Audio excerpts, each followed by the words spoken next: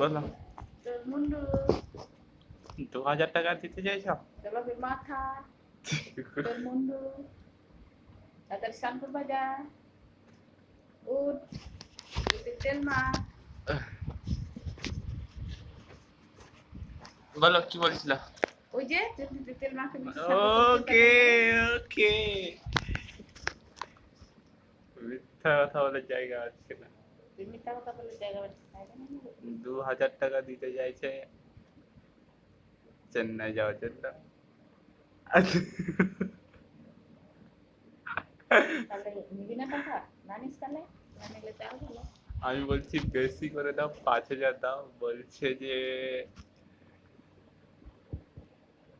হাগা বন্ধ হয়ে যাচ্ছে।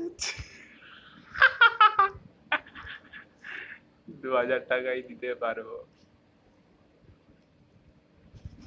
আর এখন এটা ওটা বকছে ফালতু, মানে ফালতু বকছে এখানে।